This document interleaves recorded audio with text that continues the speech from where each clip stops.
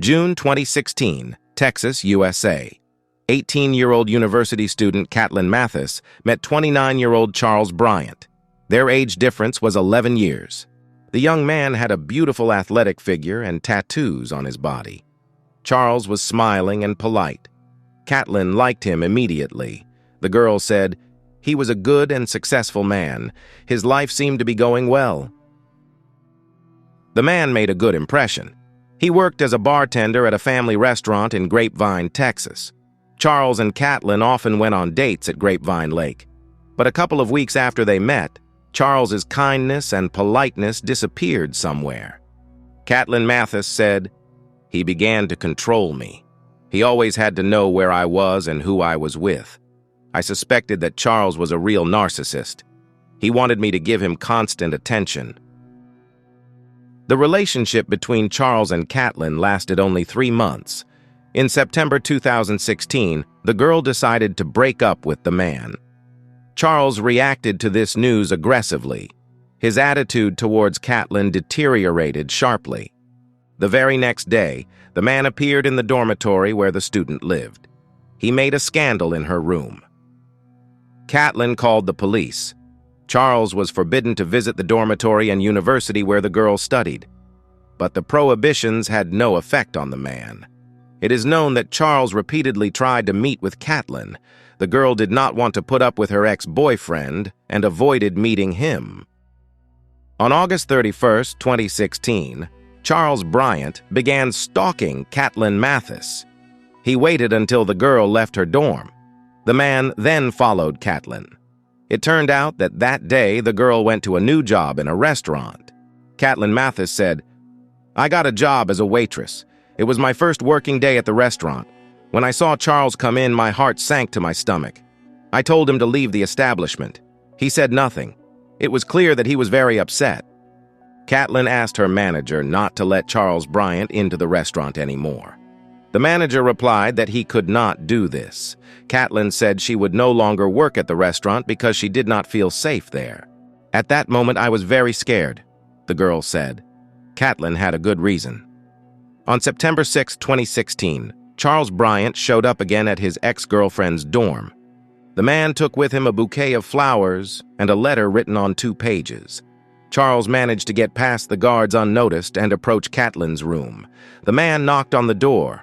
The girl got scared, hid in the toilet, and urgently called 911. The police arrested the man. This was the last time Caitlin saw her ex-boyfriend Charles Bryant. Caitlin's mom had a premonition that something was wrong. One day, she told her daughter, "He will hurt you. I feel like Charles is going to do something bad." But Caitlin didn't take her mother's words seriously. Charles Bryant was charged with stalking. The man was released on bail. 4 days later, Charles went to relax in a bar on Fry Street, which was located 800 meters from Caitlin Mathis's hostel. At 7 p.m., Charles was in the bar. He was sitting at a table drinking alcohol. Those around him could not even imagine what thoughts were in this man's head.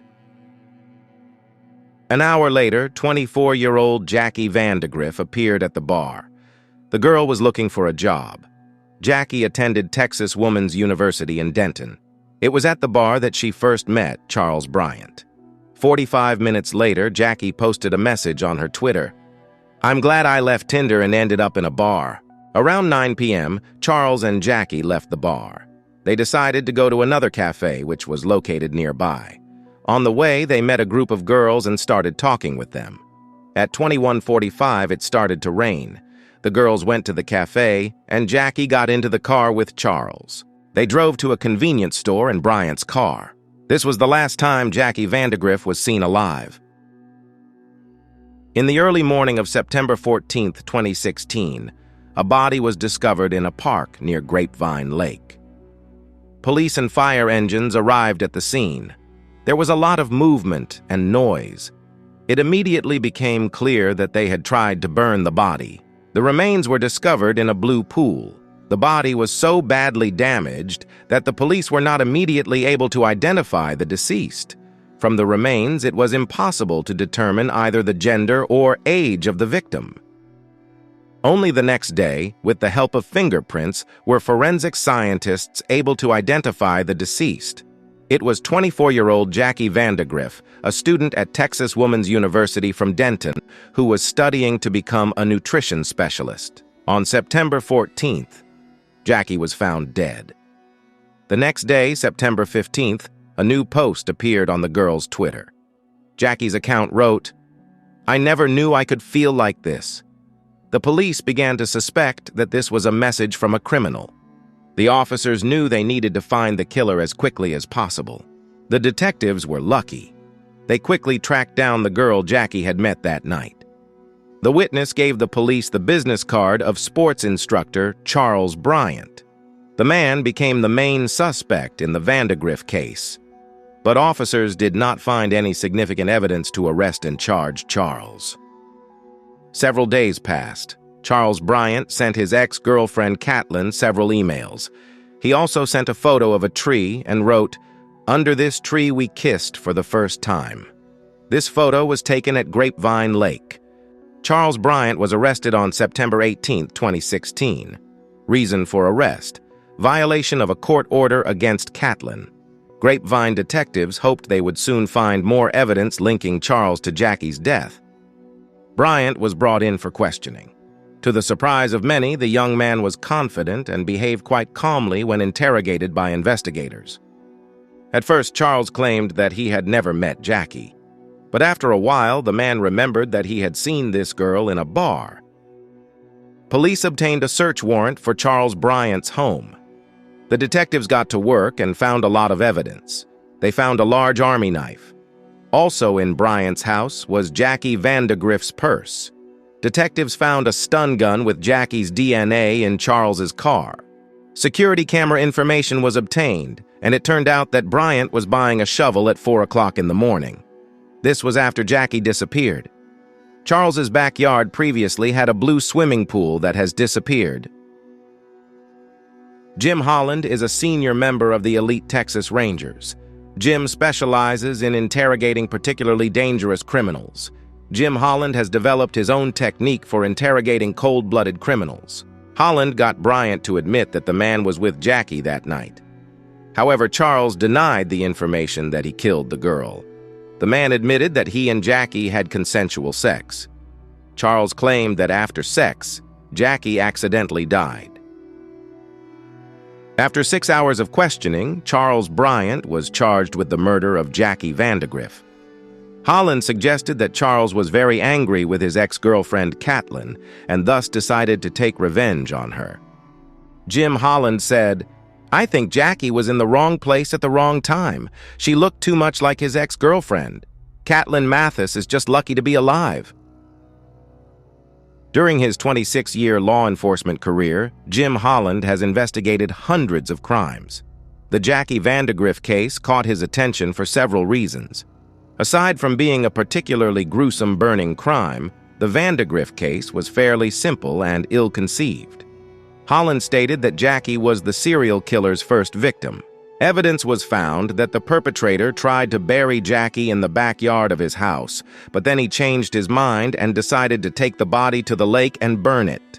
Holland said, "I have no doubt that if Bryant had not been arrested by the police, he would have continued to commit crimes, and it would be hard to catch him."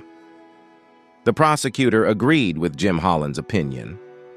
Jackie might just have been victim number 1, and Caitlin might have been victim number 2.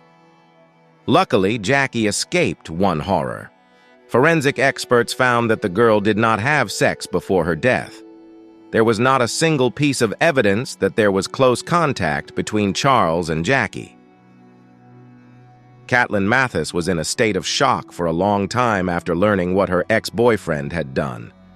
The girl told another strange news. "After Charles's arrest, I found the deceased Jackie Vandagriff's Facebook profile.